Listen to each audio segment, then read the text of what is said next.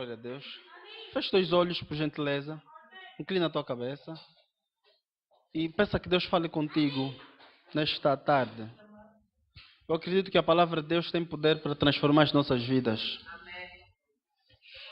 Então feche os teus olhos e diga: Senhor, fala comigo. Quero ouvir de ti, quero receber de ti.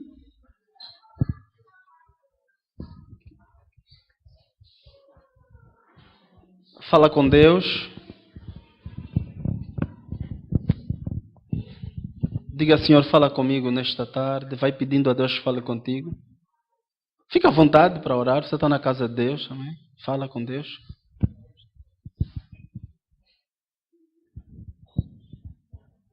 Aleluia. Aleluia. Fala uma palavra para mim. Fala uma palavra para mim. Estou aqui, Senhor. Fala para mim. Estou aqui, Senhor. Fala para mim. Fala uma palavra para mim. Fala uma palavra para mim. Estou aqui, Senhor. Fala para mim. Estou aqui, Senhor. Fala para mim. Fala uma palavra para mim. Fala uma palavra para mim. Estou aqui, Senhor. Fala para mim. Estou aqui, Senhor. Fala para mim. Estou aqui, Senhor. Fala para mim. Estou aqui, Senhor. Fala para mim. Estou aqui, Senhor. Diga isso para ele. Fala para mim. Estou aqui, Senhor. Fala. Diga: estou aqui, Senhor. Estou aqui, Senhor. Fala para mim. Estou aqui, Senhor. Fala para mim. Aleluia. Pai, no nome de Jesus, obrigado porque és bom e eterna é a tua misericórdia. Obrigado, Senhor, porque estás neste lugar. Senhor, nesta tarde te peço, venha falar para cada coração, para cada vida, aquilo que só tu podes falar, Senhor. Venha tocar em cada coração, em cada vida, onde só o Senhor pode tocar. Senhor, faça por cada um de nós aquilo que só o Senhor pode fazer. Tu és o nosso Deus, confiamos em Ti, precisamos e dependemos de Ti. Senhor, que no abrir da minha boca não seja eu a falar, mas seja o Senhor a falar. Que a Tua palavra venha diretamente do Teu trono para os nossos corações. Que a Tua palavra venha operar radicalmente nas nossas vidas, para a glória do Teu santo e bendito nome. Amém. Amém. Glória a Deus. Paz do Senhor uma vez mais aos irmãos. Paz do Senhor uma vez mais aos irmãos. Glória a Deus. Então, eu chamo-me Dorivaldo da Silva, sou de Angola. Estou cá para estudar por um tempo, mas já estou aqui há um ano. Estou inscrito na Universidade de Coimbra para fazer o curso de Engenharia Informática. Fora isso, prego em Angola, já desde os meus 18 anos. Também que prego numa igreja que nasceu lá, né? no bairro onde eu fui viver, num bairro onde eu fui viver, é onde começamos a pregar o Evangelho. Pela graça de Deus, outras pessoas foram alcançadas por meio de mim. E depois muitos outros jovens, principalmente, foram alcançados lá e nasceu uma igreja. Aleluia. Me lembro que as nossas vizinhas chamavam a igreja das criancinhas, porque só tinha jovens lá. Mas é normal porque os semelhantes se atraem, amém? Os semelhantes se atraem. Eu era muito jovem, então atraía muitos jovens. Mas depois, com o passar do tempo, porque as pessoas acham que juventude é sinônimo de irresponsabilidade, né? Então as pessoas devem ser aventureiros ou irresponsáveis, ou devem ser mais pessoas desocupadas que só querem ganhar dinheiro fácil, né? Mas com o passar do tempo as pessoas foram dando mais crédito e hoje já temos avós, tios, tias na igreja, comandantes, tropas, amém? Que sentam para ouvir a palavra do Senhor, amém? Porque a palavra de Deus opera para todo mundo. A palavra de Deus opera na vida de todas as pessoas. Todos nós precisamos de Deus, aleluia, dos mais ricos aos mais pobres, independentemente de quem somos, de onde viemos, Deus é internacional, se assim posso dizer, aleluia. Algo que me admira em Deus é isso. Eu vou usar esse termo internacional porque é o que me veio agora, né? Mas permitam-me fazer uma alegoria aqui, ou uma conjectura. Se um pintor pintar um quadro que só chama, por exemplo, a atenção dos angolanos, mas não consegue, por exemplo, chamar a atenção dos ingleses, esse pintor é bom, é um bom pintor. Mas se um pintor conseguir fazer um quadro, por exemplo, que consegue chamar a atenção dos angolanos, dos ingleses, mas já não consegue chamar a atenção dos portugueses, esse pintor também é bom, né? É melhor. Mas agora, se um pintor consegue fazer um quadro que chama a atenção de angolanos, de ingleses, de africanos, de todas as nacionalidades, consegue chamar a atenção de pessoas de todas as classes sociais, pobres, ricos, então vamos considerar esse pintor como o melhor, porque ele fez algo que consegue atingir todos os corações. Ele fez algo que consegue atingir todas as pessoas. Aleluia. Eu vejo grandeza no Evangelho de Cristo, porque o Evangelho de Cristo é algo que atinge todas as pessoas. Aleluia. Alguns aqui dizem, não, essa coisa de igreja, uma vez alguém falou assim para mim, essa coisa de igreja é para pessoas carentes, que não tiveram oportunidade na vida, e vão pregar, porque não... Estava a falar para mim, eu disse, olha, não, estás a falar à toa. Eu sou engenheiro, sou formado, tenho um emprego que não é mau, e eu prego o Evangelho. Eu não prego por causa de dinheiro. Eu não prego por causa de dinheiro, irmãos. Eu tenho emprego, tenho formação, eu não prego por causa de dinheiro. Ele diz, sim, eu prego porque eu amo a Deus. Outra vez aconteceu novamente comigo, era um colega era um colega da faculdade, ele nem sabia que era meu colega. Ele estava no ano mais avançado do que eu, e eu fui pedir uma ajuda para um trabalho. E ele estava assim a dizer, olha, está aqui uma igreja aqui atrás, esses gajos fazem muito barulho, vocês estão muito civilizados, a igreja aqui é muito, nós lá fazemos barulho a sério, irmãos. É mesmo barulho a sério, e às vezes incomodamos os vizinhos, e ele estava dizendo, esses gajos devem ser desocupados, não tem nada para fazer na vida, e tal. Gostaria de saber quem é o líder daquela igreja. Eu disse, o líder sou eu. Ele disse, pá, já estava mesmo para ir lá no domingo. Eu disse, vai no domingo. E ele foi, sentou e ouviu a palavra. Por quê? Porque nós não estamos aqui porque somos mais necessitados do que os outros. Na verdade, todo homem precisa de Deus. Não deixes que ninguém coloque na tua mente, você vai para a igreja, você é uma pessoa retardada, você não é uma pessoa tão evoluída, você é uma pessoa... Há tempos eu estava a falar com o diretor do meu departamento, ele disse, isso de cristianismo, vocês sofreram uma lavagem cerebral. Essa coisa de religião é coisa para pessoas pouco entendidas. Eu lhe disse, olha, senhor diretor, com todo respeito, você é muito mais religioso do que eu. Eu preciso de mais fé para ser ateu do que para ser cristão. Eu preciso de mais fé para acreditar que o homem veio de um primata, de uma bomba que explodiu e que depois gerou homens. Eu preciso de mais fé para isso, porque isso é mais irracional do que acreditar que um ser inteligente, dotado de sabedoria, criou todas as coisas. Eu preciso de muita fé para acreditar que um primata ou uma bomba, sem sabedoria alguma, criou um homem como eu e você, dotado de inteligência. As nossas células têm bilhares e bilhares de informações. Nós temos um corpo organizado e tudo sabe o que tem que fazer. A cabeça sabe a sua função, os olhos sabem. O corpo do homem é tão inteligente, irmãos. A natureza é tão inteligente. Para eu acreditar que isso, eu preciso de muita fé. Eu disse, olha, senhor diretor, você é mais religioso, você é mais fanático do que eu. Porque eu acredito apenas que existe um programador, eu até usei essa expressão, porque somos informáticos.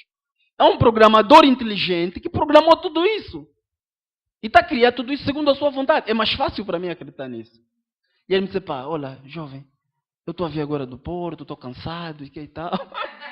Vamos falar disso noutra época. Porque as pessoas acham que estamos na igreja porque não, essas pessoas não se deram bem na vida.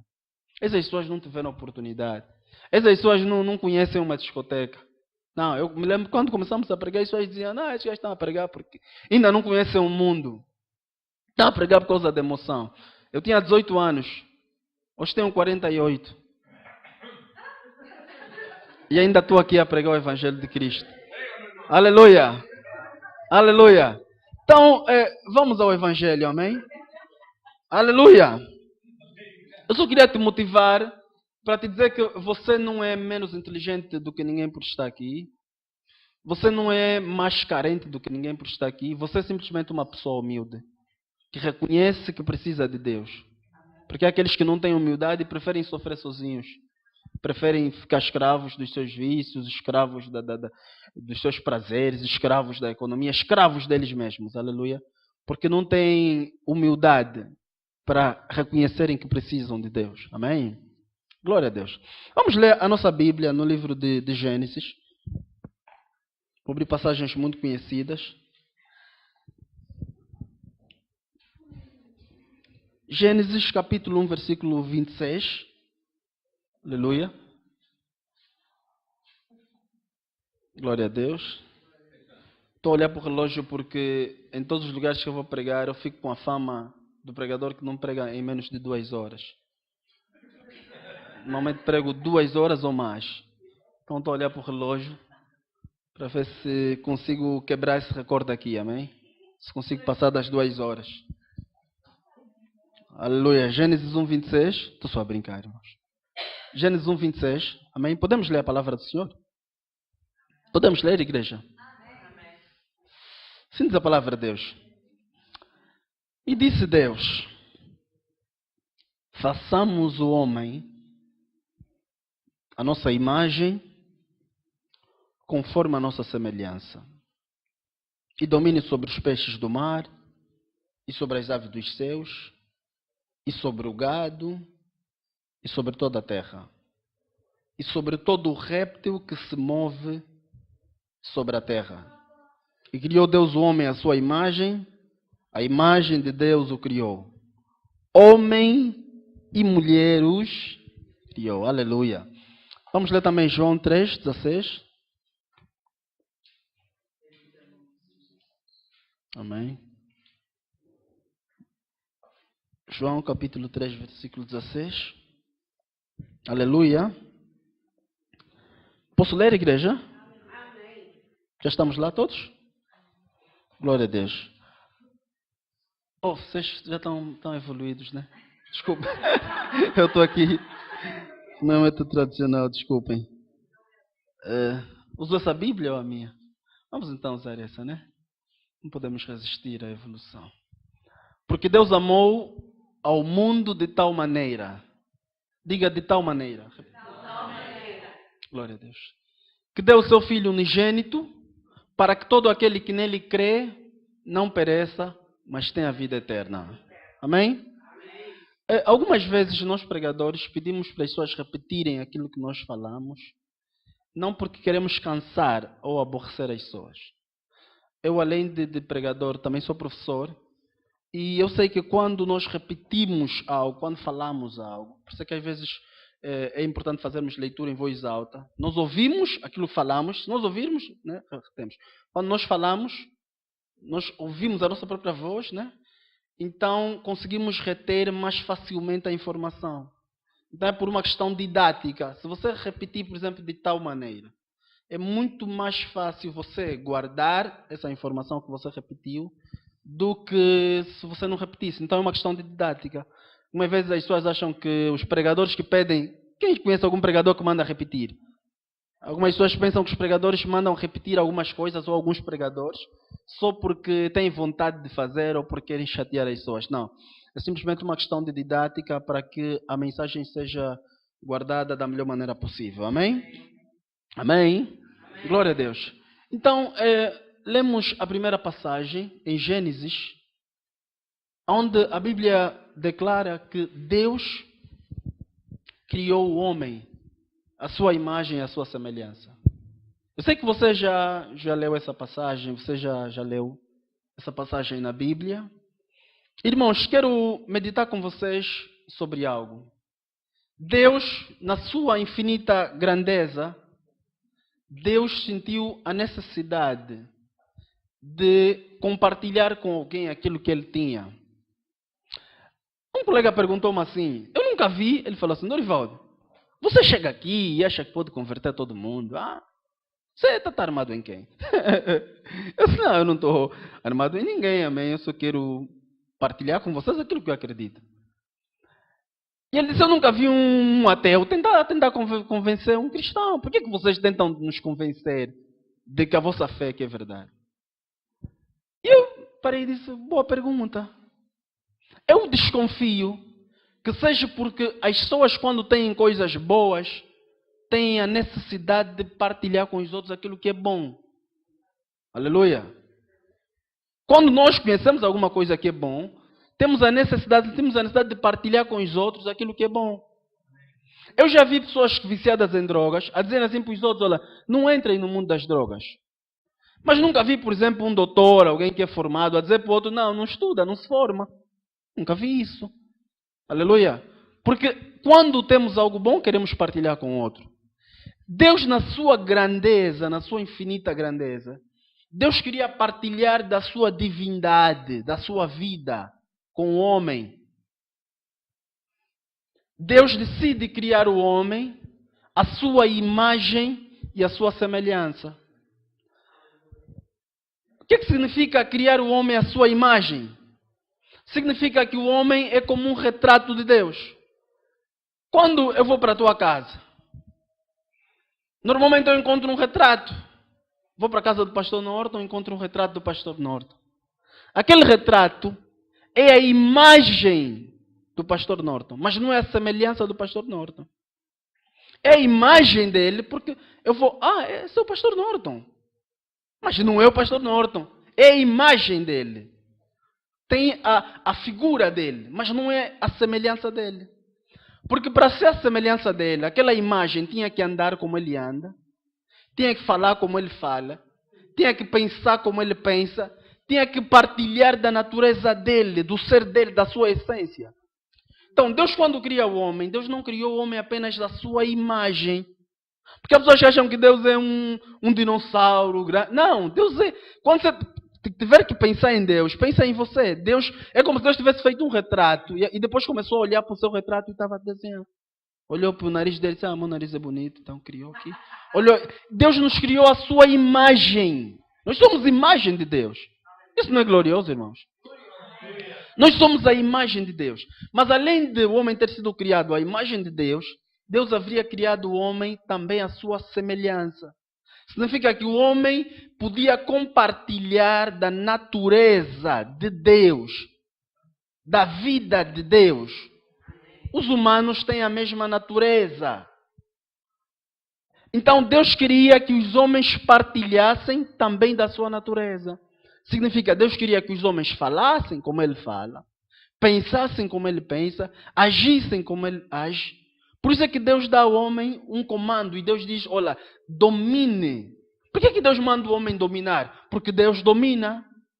Deus está a dizer, como eu domino no céu, aqui no céu ninguém me ganha. Eu sou o papoite, como nós falamos lá em Luanda. Sou o pai grande aqui no céu. Então você, homem, também domina na terra. Do mesmo jeito que eu mando aqui no céu, você, homem, também manda na terra, domina. Razão pela qual Deus dotou o homem de sabedoria e o homem começou a atribuir nome aos animais. Aleluia. A mulher é mulher, não porque ela quis ser mulher, mas porque o homem lhe chamou de mulher. Essa será chamada varoa, disse o homem. Amém? O homem atribuiu nome a todas as coisas. Aos animais, ao leão, ao pato. Porque Deus deu ao homem o domínio. Agora, o que acontecia? O que acontecia? Deus estava em perfeita comunhão com o homem. A Bíblia diz que o Senhor vinha todos os dias na viração do dia para ter com o homem. Isso nos demonstra que desde o princípio da criação, a ideia de Deus foi ter comunhão com o homem. Comunhão significa partilha das mesmas coisas. Comunhão significa partilha. Quer dizer, Deus queria sentar com o homem, mas Deus, olha, estava aqui no jardim e vi aquele gajo do macaco é engraçado. Olha, aquele gajo do elefante é engraçado. Ah, é? Adão, é sério? Sim. Por quê? E Deus também olhou, estava lá no céu, olha, aquele anjo é engraçado. Quer dizer, Deus queria partilhar com o homem as suas coisas e Deus queria que o homem também partilhasse com ele as suas coisas. Era uma relação, uma comunicação bilateral. É o que Deus queria, comunhão. Deus não estava à procura de um religioso. Deus não estava à procura Não, Deus estava à procura de comunhão. Aleluia. Agora, era a responsabilidade do homem entender que o que lhe dava o domínio, o que lhe dava a posição de domínio, era a comunhão que ele tinha com Deus. O homem não percebeu que ele só estava a dominar, que ele só estava a reinar, porque ele estava debaixo do domínio de Deus. Algo ligado ao princípio da autoridade que diz que toda autoridade que é autoridade está sujeita a uma autoridade. Ninguém pode ser autoridade se não estiver sujeito a uma autoridade. Todo mundo está sujeito a uma autoridade. Aleluia. Então, Adão era uma autoridade na terra, enquanto ele estava sujeito à autoridade de Deus. Agora, Adão deu uma de mais esperto e decidiu se rebelar contra Deus. Eu vou ser como Deus. A Bíblia diz que Adão não foi enganado. Adão sabia o que estava a fazer. Eu sei que muitos de vocês perguntam, mas por que Deus colocou ali a árvore do conhecimento do bem e do mal? Eu não sei se isso responde, mas eu acredito que a árvore do conhecimento do bem e do mal era a manifestação do livre-arbítrio. O homem tinha a decisão de decidir continuar servindo a Deus ou de decidir viver a sua própria vida. Não, Deus, eu não quero saber de ti. Mas a verdade é que o homem decidiu ouvir o diabo em detrimento de ouvir a Deus. E é o que eu gosto de falar para as pessoas, é aquilo que você ouve é aquilo que te domina. Aquilo que você ouve é aquilo que te domina. A informação que você tem é a informação que te domina. É a informação que domina a tua vida. Então o homem recebe uma informação. Olha, você não vai morrer coisa nenhuma. Deus é um aldrabão. Deus não quer o teu bem. E o homem, de livre e espontânea vontade, decidiu rebelar-se contra Deus. Há quem diga que possivelmente Adão olhou para Eva e pensou, não, se ela morrer sozinha, vou perder mais essa dama. Eu que já estava sozinho. E Adão disse, não, prefiro só já morrer com ela. Né? Prefiro pecar. Não, Deus disse que ela vai morrer. Então se Deus estiver certo, vamos morrer os dois, mas essa dama eu não vou perder. Mas a Eva só estava ali porque Deus lhe deu. Deus é que lhe deu, irmãos. Adão não conseguiu parar ainda não. Não, Adão decidiu de livre e espontânea vontade obedecer o diabo. E quando Adão decidiu obedecer o diabo, Adão vendeu a raça humana à escravidão do pecado. Adão decidiu vender a raça humana à escravidão do pecado. O homem estava em busca de liberdade. E o homem encontrou escravidão. O homem não queria escravidão. O homem estava à procura de liberdade. É isso que a globalização nos prega, a parte da televisão. You are free. Você é livre. As pessoas hoje dizem, eu sou dono da minha vida. Isso parece que bate agora no Facebook, todo mundo publica isso. Eu mando na minha vida, se não quer saber de nem vai. Quem não me ama se afasta. Porque as pessoas acham que são uma ilha, que podem viver sozinhas. Eu sou dono da minha vida. Eu não preciso de Deus para nada. Eu vou precisar de Deus para quê? Eu não preciso do vizinho para nada. Eu posso viver sozinho, eu posso fazer a minha vida. Eu posso gerir as minhas coisas, eu que pago as minhas contas. Isso é um triste engano, irmãos. É um triste engano. Todos precisamos dos outros para viver, e quanto mais de Deus. Aleluia. Ninguém consegue viver sozinho. Todos precisamos dos outros para viver, e quanto mais de Deus. E o homem, na tentativa de pegar liberdade, o homem encontra escravidão. O homem queria ser livre para fazer o que ele queria. Aleluia. Tipo, não, eu tenho que ser livre para andar a hora que quero, fazer o que quero, pensar do modo que quero, gastar o meu dinheiro do jeito que quero. É isso que o homem quer, liberdade. Mas enquanto o homem buscava liberdade, o homem encontra a escravidão. Quantos filhos deixaram de ouvir os conselhos do pai que ele dizia, filho, não saia a qualquer hora, não se envolva com essas pessoas. Hoje são escravos da prostituição, hoje são escravos das drogas. Por quê? Porque eles estavam à procura de liberdade. Eram tão jovens que não conseguiram perceber que o pai não queria lhe privar do bem, não queria lhe privar de algum prazer, mas o pai estava a dar um conselho, porque o pai entende mais da vida do que ele. Eu tenho irmãs mais pequenas, e quando às vezes há algum problema entre nós, eu tenho sempre um truque para ganhar. Eles perguntam lá, quantos anos é que você tem? Ah, eu tenho 18. E eu? Ah, o mano tem X. Eu nunca tive 18 anos. Já? E você já teve a minha idade? Não. Então me ouve. Então você senta e me ouve, porque eu já tive a tua idade. Significa que eu percebo o que você está a viver. Mas você ainda não consegue perceber o que eu estou a viver. Aleluia. Então não procure viver uma vida independente de Deus. Não. Aprenda a viver debaixo da liderança e da autoridade de Deus. E a verdade é que Deus é um bom patrão. Jesus é um bom Senhor. Ele reina com amor. Ele não te obriga a nada, ele não te prende. Não, ele reina com amor. Ele te dá liberdade para você decidir lhe servir. Aleluia. Aleluia. Aleluia. E quando o homem pecou, irmãos, o homem manifestou algo que até hoje nós temos manifestado, que era a necessidade ou a tendência de acharmos que nós podemos ser a solução de todos os problemas que nós criamos.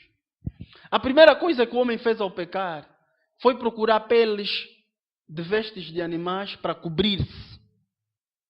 Adão estava a tentar resolver de forma humana a situação que ele havia criado, a sua nudez. Mas a Bíblia diz que Deus chega até o homem, porque Deus é quem foi à procura do homem.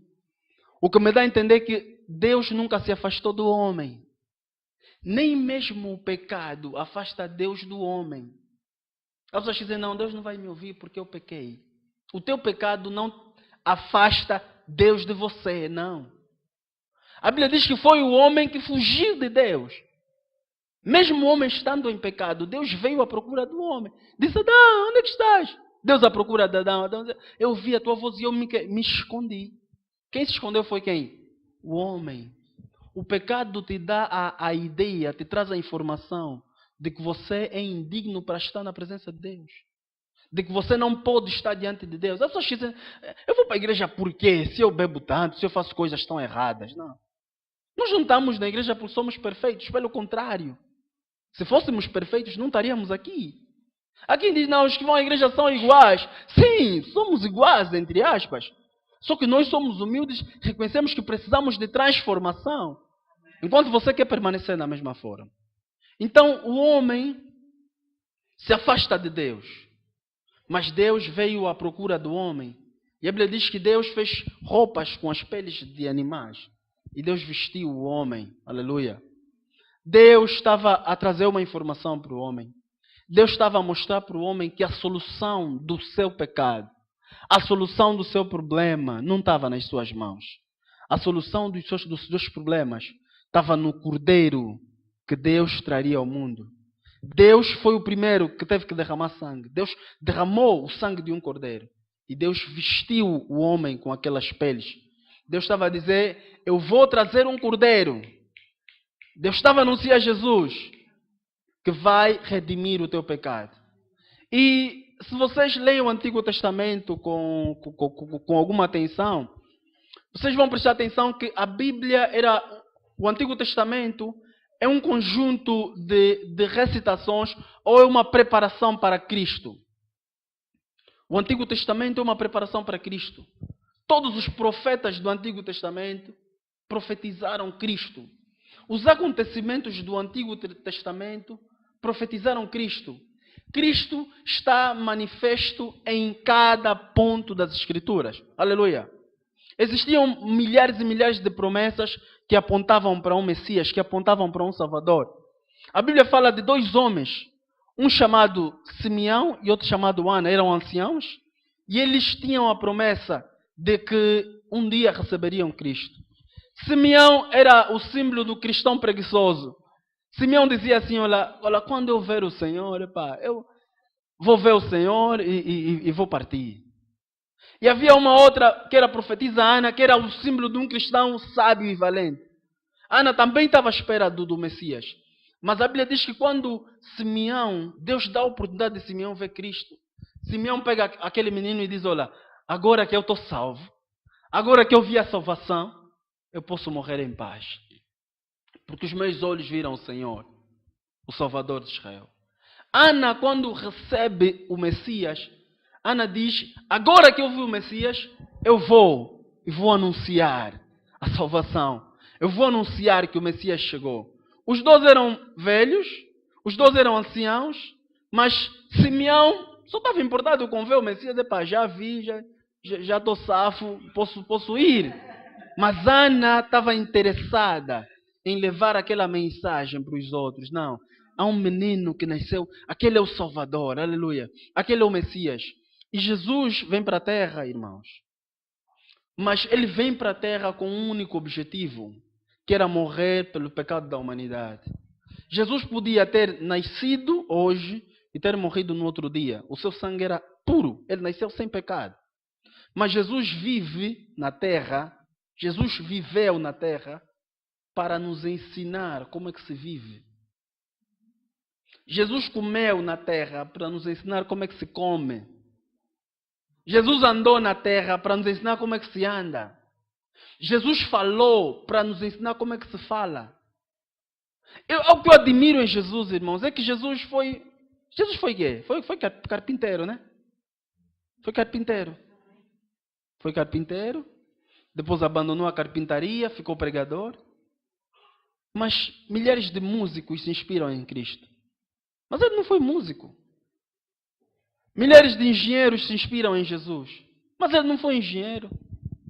Quer dizer, pessoas de diversas profissões conseguem buscar inspiração em Jesus. Conseguem buscar inspiração em Jesus. Jesus foi um homem incrível, irmãos. Alguns tentam remetê-lo a um simples mestre, mas ele não foi um simples mestre, irmãos. Ele não foi um simples mestre. A Bíblia conta que certa vez mandaram soldados para o prender.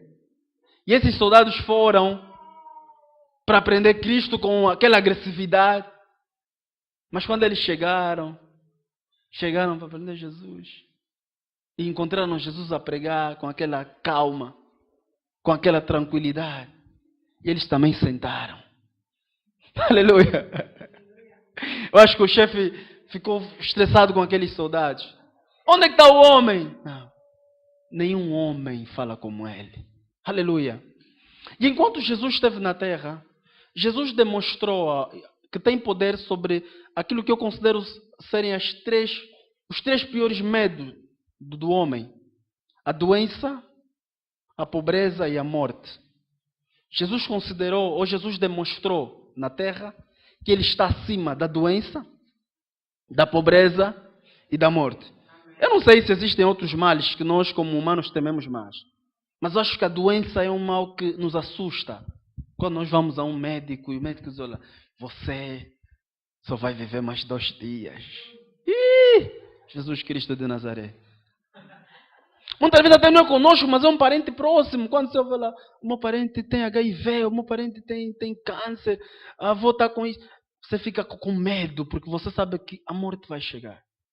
Outro mal que assusta o homem é a pobreza, irmão. Quem não fica assustado quando chega o dia 10 e o salário já acabou? Todos nós temos medo de ficar sem dinheiro, sim ou não, irmãos? Porque precisamos do dinheiro para as nossas necessidades.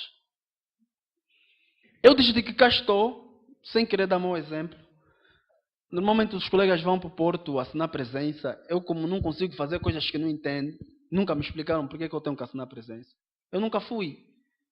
O coordenador nos ligou lá de Dorivaldo. Quem não ia assinar, vão cortar o subsídio. Eu fui até Lisboa, fui assinar. Por causa do dinheiro, irmãos. Nós temos medo de ficar sem dinheiro. Se eu ficar sem dinheiro, como é que vai ser? Como é que eu vou pagar as minhas contas? Como é que eu vou fazer as coisas? E o outro maior medo dos homens é a morte. Certa vez Jesus demonstrou que ele estava acima da pobreza. Havia um jovem pregador que era Pedro. Pedro era pescador. Jesus tirou Pedro da sua profissão e lhe colocou na aventura de ser pescador de homens. Pedro pescava peixe, e o que se pesca é peixe. Mas Jesus está a dizer a Pedro, eu vou te fazer pescador de homens. Pedro, emocionado, disse, aleluia, vou pescar homens. O que é isso? Como é que vai ser isso, pescar homens? Qual é a rede que eu vou usar? Pedro começou a seguir Cristo e muitos outros seguiram Jesus. Mas a Bíblia diz certa vez que as contas vieram bater às portas de Cristo. Eu já ouvi pessoas a dizerem assim, não, vocês podem ir para a igreja. Mas quando as contas batem à vossa porta, Deus não vai vos ajudar. Isso é mentira, irmãos. Chegaram a Pedro para cobrar os impostos de Pedro. Eu, graças a Deus, vivo em Angola. Lá a gente quase que não paga imposto. Vocês aqui sofrem com os impostos. Sim ou não? E chegaram a Pedro, estavam ali cobrando imposto. Imposto pedrial urbano. Imposto de sei lá o quê. Imposto. E Pedro não estava a trabalhar. Entre aspas. Pedro tinha abandonado a pesca. Que era a sua fonte de quê? De lucro. Razão pela qual é que vocês prestarem atenção. Quando Jesus morre, Jesus encontra Pedro na pesca. Quer dizer, Pedro havia voltado à sua profissão antiga. Enquanto Pedro seguia Cristo, Pedro entregou o seu barco para Jesus pregar. Então Pedro parou de pescar. Pedro estava andando com Jesus. E chegaram a Pedro e disseram, Pedro, paga o teu imposto. Eu imagino que Pedro colocou a mão na cabeça e disse, essa loucura que eu fiz de entrar na igreja. A minha mãe já dizia, como um primo meu, ele ouviu que eu estava a pregar. Ele disse, Dorivaldo, você é jovem, vai se meter nessa vida de ser pastor. Cuidado, você vai acabar que nem o Gabi Moi. Vocês não acham graça porque não conhecem o Gabi Moi. Gabi Moi é um cantor angolano que depois ficou sem muita expressão, né? Um cantor sem sucesso, vamos assim dizer, né? Para os jovens. E ele disse, você vai acabar que nem o Gabi Moi. Quer dizer, vai acabar mal. Vai acabar na pobreza, vai acabar na desgraça. Eu me lembro que a minha mãe ficou preocupada quando eu comecei a pregar. Hoje a minha mãe apoia o meu ministério e quando eu tenho atividades ela vai e senta e me ouve. E é muito gratificante ter a minha mãe sentada a me ouvir hoje. Mas no princípio a minha mãe não apoiava. Essa tua igreja está te metendo maluco, você sai, lá. E é muito... Por quê? Porque os pais querem ver o bem dos filhos. E eu acredito que Pedro, a sogra já estava a lhe falar mal. Esse Pedro, esse teu marido, está a pregar, a igreja não lhe dá nada, não sei o quê, está a ficar frustrado em vez de pescar, não. Quando chegam os impostos, irmãos, o coração aperta. Quando chegam as dívidas, o coração aperta. É uma coisa terrível ter que pagar dívidas. Uma coisa que eu não gosto em ser adulto é ter que pagar as minhas próprias contas. Ter que gerir o meu próprio dinheiro. Isso é complicado, irmão. Aleluia. Então, a Bíblia diz que Pedro diz, olha Jesus, por favor. Você me encontrou na pesca, me tiraste dali. Agora estão a cobrar o imposto. Resolvi isso. Não tem nada a ver. E Jesus pergunta a Pedro, imagine que você tem uma casa e tens inquilinos. E tens o teu filho ali naquela casa. Você vai cobrar renda do filho dos outros ou vais cobrar dos teus filhos? E Pedro disse, não, vou cobrar dos filhos dos outros. E Jesus disse a Pedro, olha, para que não os escandalizemos, vai até o mar, usa o anzol, tira um peixe e tira 2 dracmas.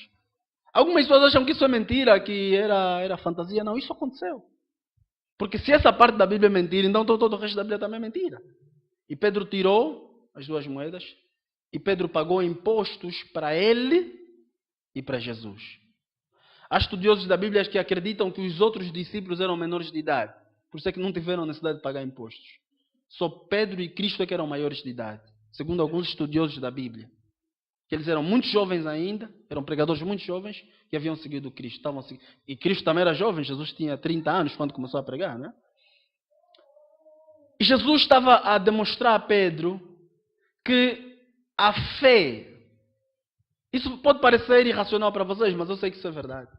A fé pode gerar finanças, mas as finanças nunca vão gerar fé.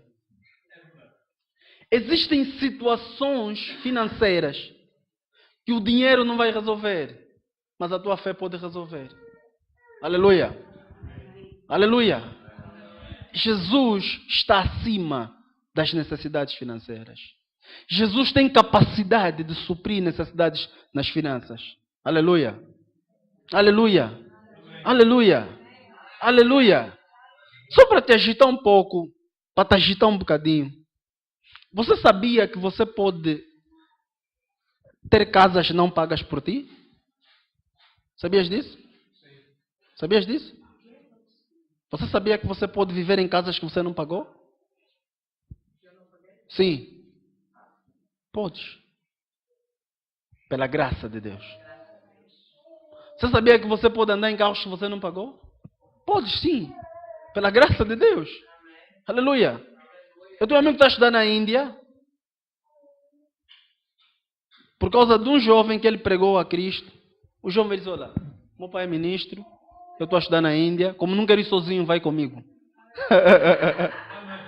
Ele sozinho, nunca teria condições para ir. Mas a graça lhe alcançou. E está ali, está a se formar. Por causa da graça. Isso existe, irmãos.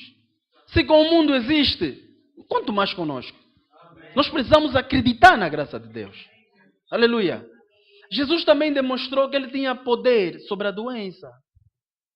Chega um leproso diante de Cristo e diz, mestre, olha, se você mesmo é Jesus, como dizem, já estou frustrado da vida. Se quiseres, me cura. Eu, se fosse Cristo, como um sangue quente, ele dizer, não vou te curar mais. Porque ele chega sem maneira, dá para perceber? Se quiseres, me cura. Que maneiras são essas? Mas Jesus olha para ele com... Não, Jesus era boa pessoa, mano. Com compaixão. Jesus lhe diz, eu quero. Há pessoas que ainda perguntam, Senhor, será que é a tua vontade me curares? Será que é a tua vontade? As pessoas têm dúvida sobre a vontade de Deus porque as pessoas não conhecem o coração de Deus. Senhor, será que é a tua vontade me curares? Senhor, faça a tua vontade. Há outros dizem, não, eu estou a passar pelo vale. Senhor, se quiseres. Não. Jesus passou pelo maior de todos os vales por causa de ti. E Jesus diz para ele, eu quero. Significa, eu tenho vontade. Seja curado. E ele foi curado. Amém. Aleluia. Há 2 coisas que alguém precisa para ajudar o outro, no mínimo. Vontade e capacidade.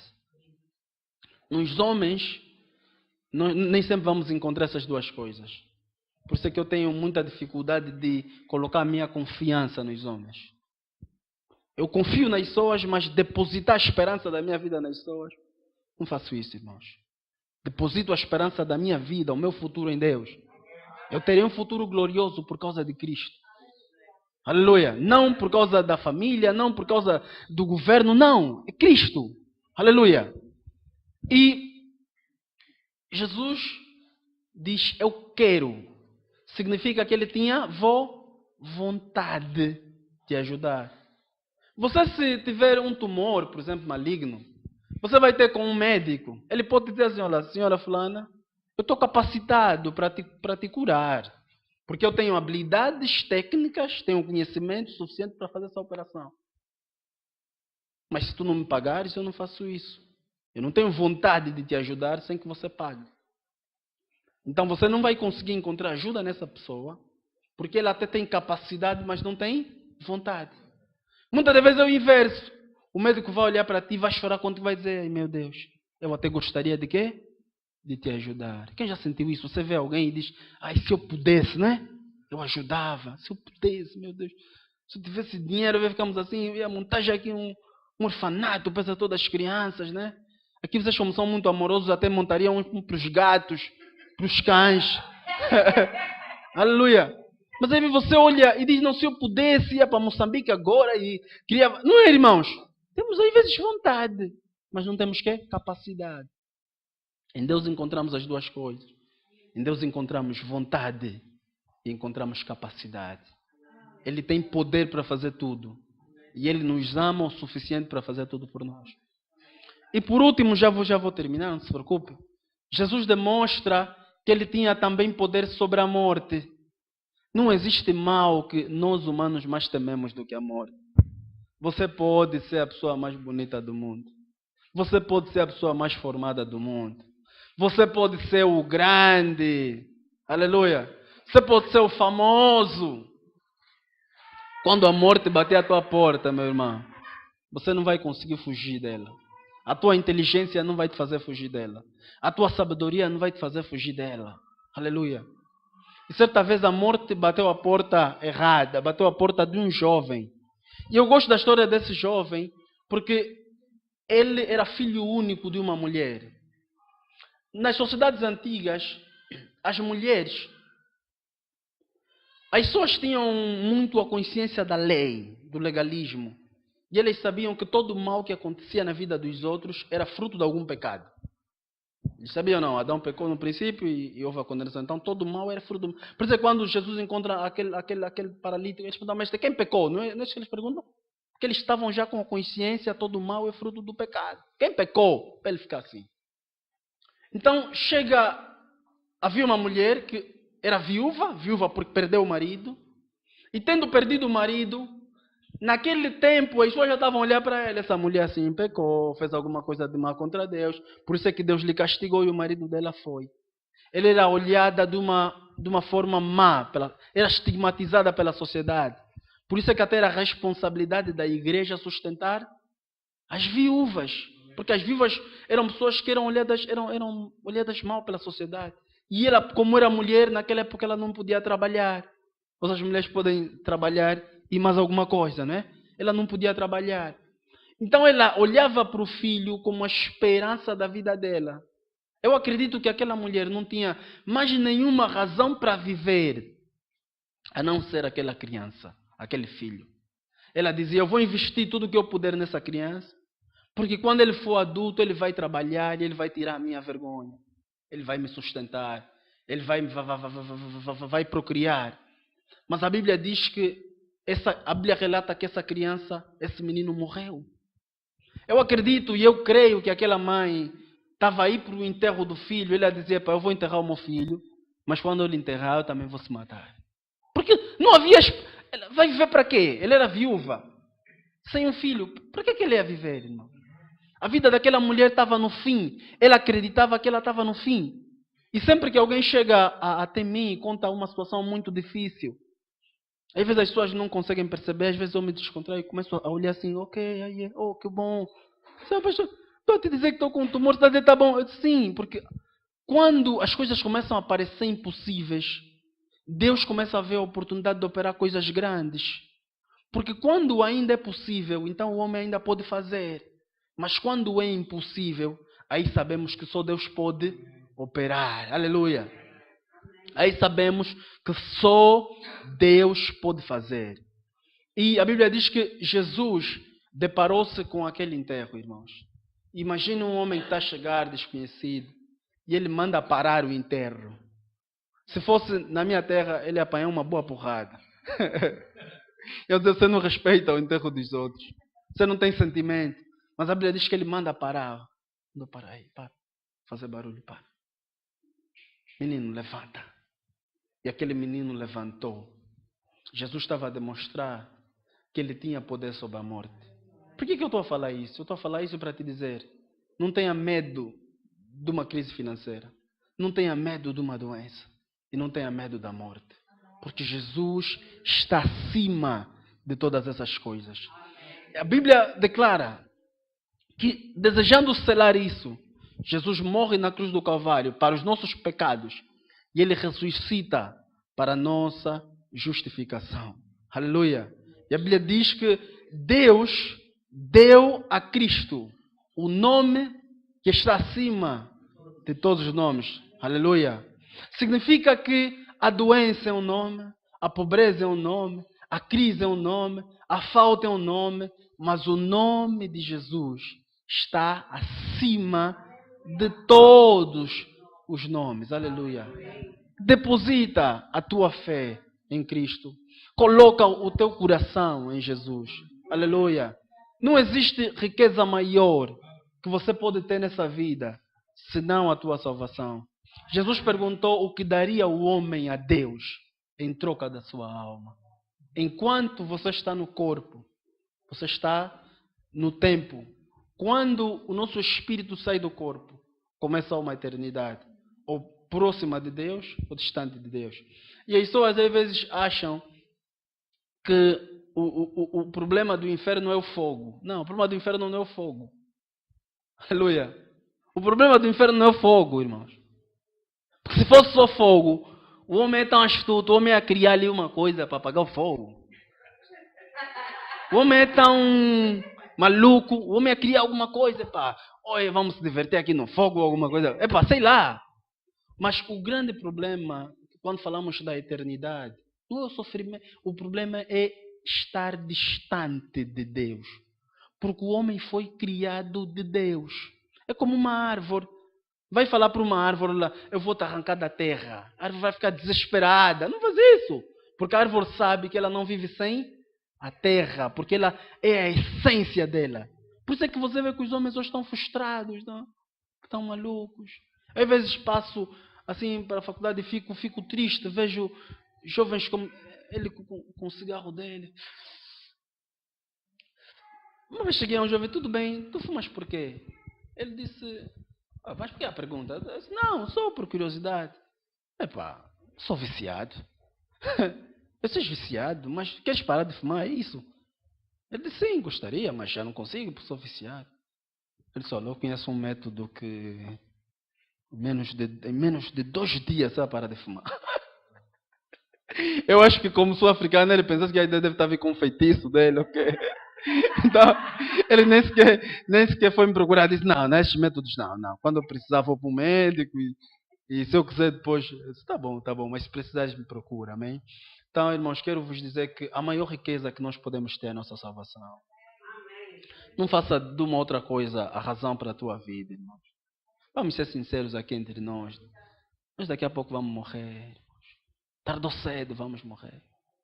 Então, precisamos aproveitar a nossa vida para servir a Deus. Aleluia. Precisamos aproveitar a nossa vida para servir a Deus.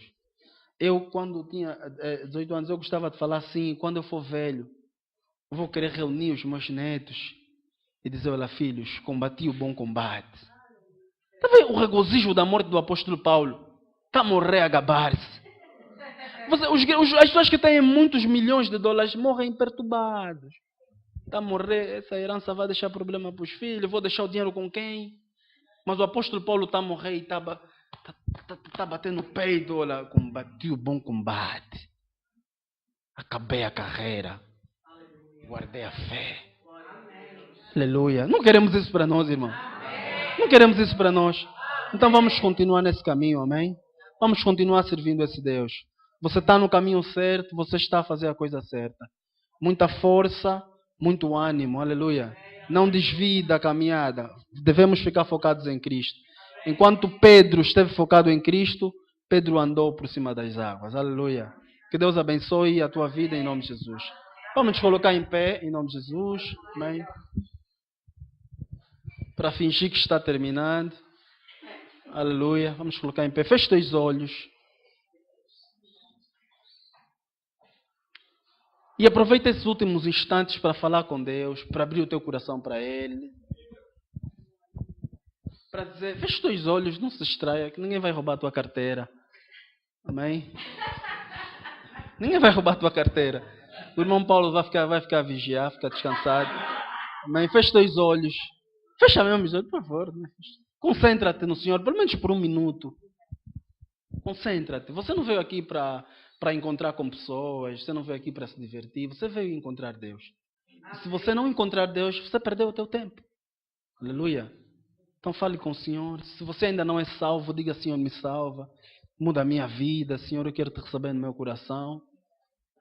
Se você já é salvo, diz, Senhor, quero te conhecer cada vez mais e mais. Quero te buscar, quero te servir. Quero terminar contigo, Senhor. Aleluia. Vai falando com Deus. Jesus morreu e ressuscitou. Ele é vivo e Ele está aqui. Aleluia. Vai falando com Deus. Fica à vontade, vai falando com Deus. Senhor, obrigado por tudo que Tu és. Senhor, obrigado por tudo que fizestes. Senhor, obrigado por tudo que farás por nós. Obrigado pelo Teu Filho que morreu em nosso favor, Senhor. Obrigado pelo Teu sangue derramado no Calvário. Obrigado, Senhor. Obrigado, Senhor. Obrigado, Senhor. Obrigado, Senhor. Obrigado, Senhor. La la ba ba ba ba ba ba.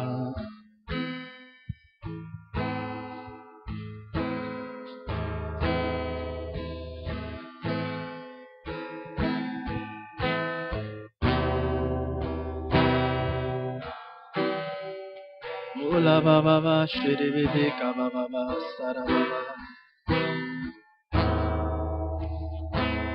La ba ba ba ba. Aleluia. Aleluia. Aleluia.